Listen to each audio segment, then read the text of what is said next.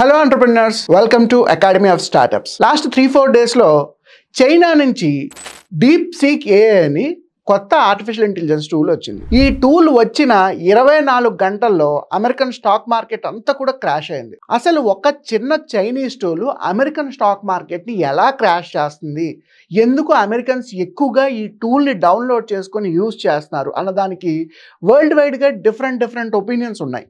But చాలా సింపుల్గా consider చేస్తే యాజ్ ఆఫ్ నో మనకి most of the artificial intelligence tools అన్నీ కూడా అమెరికా నుంచి ఉన్నవే. జెమినీ ఏఐ అవనివ్వండి, చాట్ జీపీటీ అవనివ్వండి. అయితే వీటిని లాస్ట్ 2 to 3 years నుంచి పీపుల్ చాలా వైడ్గా యూజ్ చేస్తున్నారు. చిన్న ప్రాంప్ట్స్కి, ఇన్ఫర్మేషన్కి, even majority of the software employees కూడా వాళ్ళకి కావాల్సిన కోడు, సింటాక్స్ ఏదైనా కావాలంటే చాట్ జీపీటీ నుంచి ఎక్స్ట్రాక్ట్ చేస్తున్నారు. అంటే ఈరోజు ఒక సాఫ్ట్వేర్ కంపెనీలో సాఫ్ట్వేర్ ఎంప్లాయీ సస్టైన్ అవ్వడం కూడా అంత కష్టమేం కాదు, because of the available information. అది కూడా తప్పేం కాదండి. అయితే ఇప్పటి వరకు మనకి అమెరికాలో ఉన్న majority of the AI tools ఏంటి అంటే హై ఎండ్ కాన్ఫిగర్డ్ కంప్యూటర్స్ అవసరం అవుతున్నాయి కొంచెం ఎక్స్టెన్షన్ యూజ్లో. అంటే లైక్ ఎనీ గ్రాఫిక్స్ కానీ, మీడియా కానీ, లేదంటే అడ్వాన్స్డ్ టూల్స్, టెక్నాలజీస్ని డెవలప్ చేసేటప్పుడు ఖచ్చితంగా Nvidia graphic cards, Nvidia processors use చేసేవారు. ఈ చాట్ జీపీటీ యూజ్ చేయాలంటే ఖచ్చితంగా ఎన్విడియా ప్రాసెసర్ ఉండాలనేది ఒక బేసిక్ అజంప్షన్ అనుకుందాం. At the same time chat GPT మనకి పర్ ఇయర్ వచ్చేసరికి ఆల్మోస్ట్ $240-250 పర్ ఇయర్, అంటే మంత్లీ $20 అలా వాడు ఛార్జ్ చేస్తున్నాడు.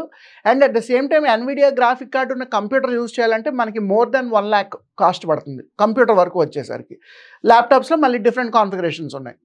బట్ అదే ఈ డీప్ సీక్ ఏఐ వీళ్ళు ఏం చేస్తున్నారంటే ఈ చాట్ జీపీటీకి 10% ఆఫ్ ది కాస్ట్లోనే డీప్ సీక్ ఏఐ మనకి దొరుకుతుంది.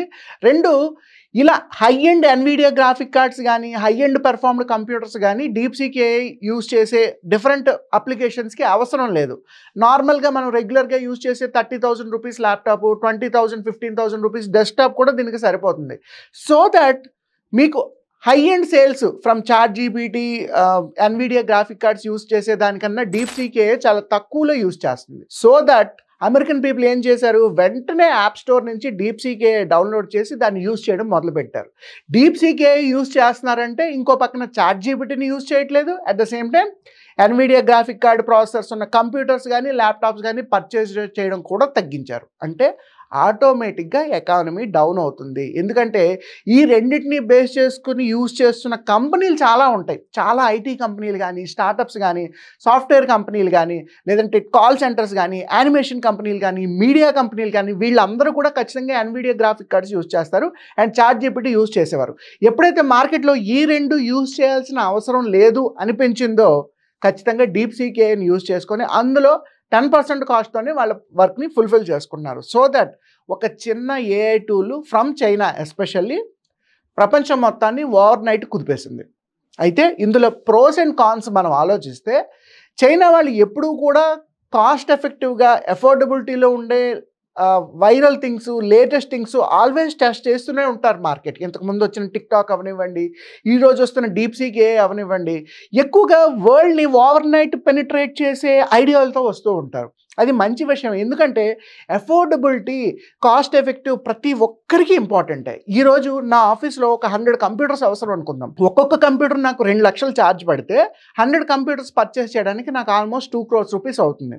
అదే డీప్ సీక్ ఏఐ లేదంటే ఎన్విడియా గ్రాఫిక్ కార్డ్ లేకుండా ఒక 100 కంప్యూటర్స్ పర్చేస్ చేస్తే నాకు హార్డ్లీ 15 to 20 lakh లేదా 25 to 30 lakh మాత్రమే అవుతుంది. ఎక్కడ $2 crores, ఎక్కడ 30 to 40 lakh rupees. అంటే కాస్ట్ ఎఫెక్టివ్ ఆల్మోస్ట్ 10 to 20% వచ్చేస్తుంది. అంటే 80% సేవ్ చేయగలుగుతున్నాం. సో 80% సేవ్ అయినప్పుడు నేను ఎలా ఆలోచిస్తాను, ఈ 2 టూల్స్ యూజ్ చేసుకుంటే సరిపోద్ది కదా, ఎక్కువ డబ్బులు పెట్టి నేను ఎందుకు high and configured systems use చేయాలి. అంటే చైనా వాళ్ళు ఎప్పుడూ కూడా ఇలా మార్కెట్ని పెనిట్రేట్ చేసే ఆలోచనలతో ఉంటారు. మనం ఒక చిన్న ఆఫీస్లోనే 100 కంప్యూటర్లు అవసరం అయితే ఇమాజిన్ ఐటీ కంపెనీల్లో, సాఫ్ట్వేర్ కంపెనీల్లో, పెద్ద మీడియా కంపెనీల్లో ఎన్ని కంప్యూటర్లు అవసరం అవుతాయి, ఎంత డేటా అవసరం అవుతుంది, వాటికి అవసరమైన ప్రాసెసర్స్ ఏంటి, ఏసీస్ ఏంటి, కెపాసిటీ ఏంటి, ఇవన్నీ కూడా ఖచ్చితంగా మనం ఆలోచించి తీరాలి.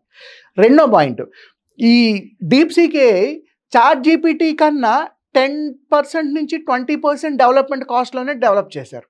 యూజువల్గా చాట్ జీపీటీకి మనకి తెలిసిన న్యూస్ ప్రకారం $4.6 million ఖర్చు అయింది. బట్ వీళ్ళు ఏం చేశారు, ఆల్మోస్ట్ $40,000, $1 lakh లోనే ఈ DeepSeekని డెవలప్ చేసి వదిలేశారు. అంటే కాస్ట్ ఎఫెక్టివ్ డెవలప్మెంట్ వైజ్గా చూసుకున్న తక్కువ ఇన్ఫ్రాస్ట్రక్చర్తో తక్కువ సెటప్తో దీన్ని బిల్డప్ చేశారు. మూడోది, గత 6-8 నెలల నుంచి ఎన్విడియా చైనాకి వాళ్ళ గ్రాఫిక్ కార్డ్స్ అన్ని ఎక్స్పోర్ట్ చేయడం కూడా ఆపింది, వాళ్ళ ప్రాసెసర్స్ అన్ని. ఎందుకంటే చైనా వాళ్ళు ఇలా కొత్త టెక్నాలజీస్ ఏవో ఒకటి డెవలప్ చేస్తారు, వాటిని మన ఎన్విడియా మీదే టెస్ట్ చేస్తారు. ఎందుకంటే Nvidia is the leading company in the processors which is valued at $2.3 trillion. అంత హై టర్న్ ఓవర్ ఉన్న కంపెనీ చైనాకి ఆల్మోస్ట్ వాళ్ళ ప్రాసెసర్ని ఎక్స్పోర్ట్ చేయడం కూడా ఆపేసింది. బికాస్ వీడు ఏవైనా కొత్తవి టెస్ట్ చేస్తే ఖచ్చితంగా నా ప్రాసెసర్ మీదే టెస్ట్ చేయాలి కాబట్టి. బట్ DeepSeek వాళ్ళు లాస్ట్ 8 months నుంచి కొన్ని థౌజండ్స్ ఆఫ్ ఎన్విడియా ప్రాసెసర్స్ని హోల్డ్ చేసి వాటి మీద ఈ ప్రాజెక్ట్ని టెస్ట్ చేశారు. అంటే మనం end of the day highest performing computer ఏది ఉందో దాని మీద టెస్ట్ చేసుకోవాలి. ఆ వర్క్ కూడా DeepSeek కంప్లీట్ చేసింది. అంటే ఈ రకంగా చూసుకున్న ప్రాజెక్టు ఆల్మోస్ట్ వైబులే అనుకోవాలి. బట్ నాలుగో థింగ్ ఏంటి అంటే సెక్యూరిటీ. ChatGPT అవనివ్వండి, Gemini AI అవనివ్వండి, గూగుల్ అవనివ్వండి, ఈరోజు ఇంటర్నెట్లో మనం ఏది యూస్ చేసినా సెక్యూరిటీ వైజ్ మన ఇన్ఫర్మేషన్కి ఎటువంటి కాన్ఫిడెన్షియాలిటీ లేదు. ఎందుకంటే ఒక యాప్ని ఇన్స్టాల్ చేసేటప్పుడు టర్మ్స్ అండ్ కండిషన్స్ ఏంటో చదవకుండా డైరెక్ట్గా క్లిక్ చేసి నెక్స్ట్ స్కిప్ అలౌ చేస్తూ ప్రతి అప్లికేషన్ని మన సిస్టంలోకి ఇంప్లిమెంట్ చేస్తాం, మొబైల్ ఫోన్లో కానీ ల్యాప్టాప్లో కానీ. ఇవి ఒకసారి ఇన్స్టాల్ అయిన తర్వాత మన కాంటాక్ట్స్కి, మన ఫొటోస్కి, మన SMSలకి, మనం పంపించే ఈమెయిల్స్కి ప్రతి వాటికి యాక్సెస్ ఉంటుంది. అంటే మన అకౌంట్లో ఎన్ని డబ్బులు ఉన్నాయి, మనం ఎక్కడెక్కడ తిరుగుతున్నాం, ఎవరితో మాట్లాడుతున్నాం, ఏ లొకేషన్లో కాల్స్ లేదా మెసేజెస్ పంపిస్తున్నాం, జూమ్ మీటింగ్స్ ఎప్పుడు అటెండ్ అవుతున్నాం, మన క్లయింట్ ఎవరు అన్నదానికి మన ఫోన్ నుంచి ఎటువంటి కాన్ఫిడెన్షియాలిటీ లేదు. సో ఈ డేటా అంతా కూడా ఖచ్చితంగా చైనాకి మైగ్రేట్ అవుతుంది. ఇంతకుముందు టిక్టాక్ని బ్యాన్ చేయడానికి కూడా మెయిన్ రీజన్ అదే.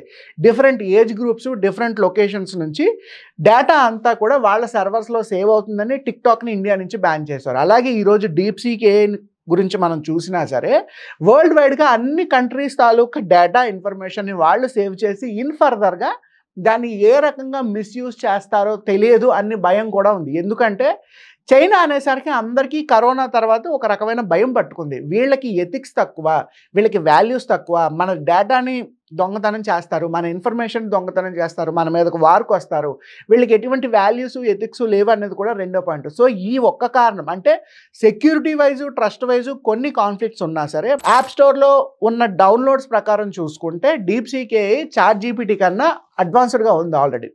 రెండో విషయం, వరల్డ్ వైడ్గా వీళ్ళ పెనిట్రేషన్ కూడా బాగుంది. 3, హై ఎండ్ పెర్ఫార్మ్డ్ ప్రాసెసర్ అయిన ఎన్విడియాలో వీళ్ళు ఆల్రెడీ టెస్ట్ చేశారు. 4, వీళ్ళు లాంచ్ చేసిన ఓవర్ నైట్లోనే అమెరికన్ స్టాక్ మార్కెట్ అంతా కూడా క్రాష్ అయింది. ఒక్క అప్లికేషన్ మొత్తం స్టాక్ మార్కెట్ని క్రాష్ చేసింది.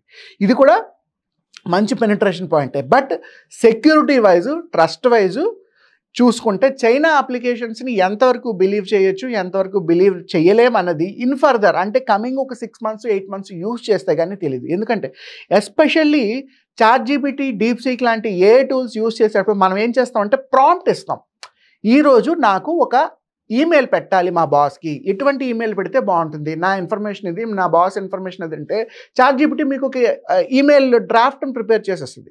లేదు నేను క్లయింట్కి ఒక రకమైన ప్రజెంటేషన్ ఇద్దాం అనుకుంటున్నాను, ఈ ప్రజెంటేషన్లో ఏ పాయింట్స్ ఉంటే బాగుంటుంది అనుకుంటే ChatGPT ఇన్ఫర్మేషన్ పాయింట్స్ ఇస్తుంది, దానికి తగ్గట్టు మీరు ప్రజెంటేషన్ ప్రిపేర్ చేస్తారు. ఇలా బిజినెస్ డాక్యుమెంట్స్ కానీ, పర్సనల్ డాక్యుమెంట్స్ కానీ, ఈమెయిల్స్ కానీ, రెజ్యూమ్స్ కానీ, డేటాబేస్లు కానీ, ఓల్డ్ ఇన్ఫర్మేషన్ కానీ, లేదంటే సోషల్ మీడియాలో ఎటువంటి ట్రెండింగ్ రీల్స్ పెట్టుకోవాలి, ఇన్స్టాగ్రామ్లో ఒక షెడ్యూల్ ఎలా ఉండాలి, లేదా ఒక యూట్యూబ్ వీడియోకి ఇంట్రో ఎలా ఉంటే బాగుంటుంది, ఇలా అసలు ChatGPT కానీ రిమైనింగ్ AI టూల్స్ కానీ ఇవ్వని ఇన్ఫర్మేషన్ అంటూ లేదు.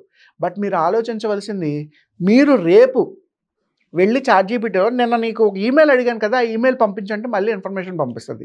నేను ఎవరో నీకు గుర్తున్నానంటే ఎస్ యువర్ నేమ్ ఈ so and so, your company name ఈ సో అండ్ సో అని చెప్తుంది. నేను ఫలానా డేట్ని ఫలానా ఇన్పుట్ ఇచ్చాను కదా, దాని డీటెయిల్స్ పెట్టంటే 1 year బ్యాక్ ఇన్ఫర్మేషన్ అయినా సరే మీకు రిట్రీవ్ చేసి పెడుతుంది. అంటే మీరు ఇచ్చే ప్రతి ప్రాంప్టు, మీరు ఇన్ఫర్మేషను, మీరు ఏం చేయబోతున్నారు, మీ డెసిషన్స్ ఏంటి అన్నది కూడా ChatGPT సేవ్ చేస్తుంది. అలాగే DeepSeek AI కూడా. ఇలా మన దగ్గర ఉన్న ఇన్ఫర్మేషన్ కాకుండా మనం ఫర్దర్గా ఏం చేయబోతున్నామో మన థాట్ ప్రాసెస్ని కూడా ఈ ఆర్టిఫిషియల్ ఇంటెలిజెన్స్ టూల్స్లో మనం ముందే ప్రాంప్ట్ కింద ఇస్తున్నాం, ప్రాంప్ట్ తగ్గ అవుట్పుట్ తీసుకుంటున్నాం, చాలా బాగుంది. బట్ మనం ఇస్తున్న ఇన్ఫర్మేషన్ ఏంటి, అది ఎక్కడెక్కడ సేవ్ అవుతుంది, ఎక్కడెక్కడ వెళ్తుంది అన్నది కూడా ఖచ్చితంగా మనం కన్సిడర్ చేయాలి.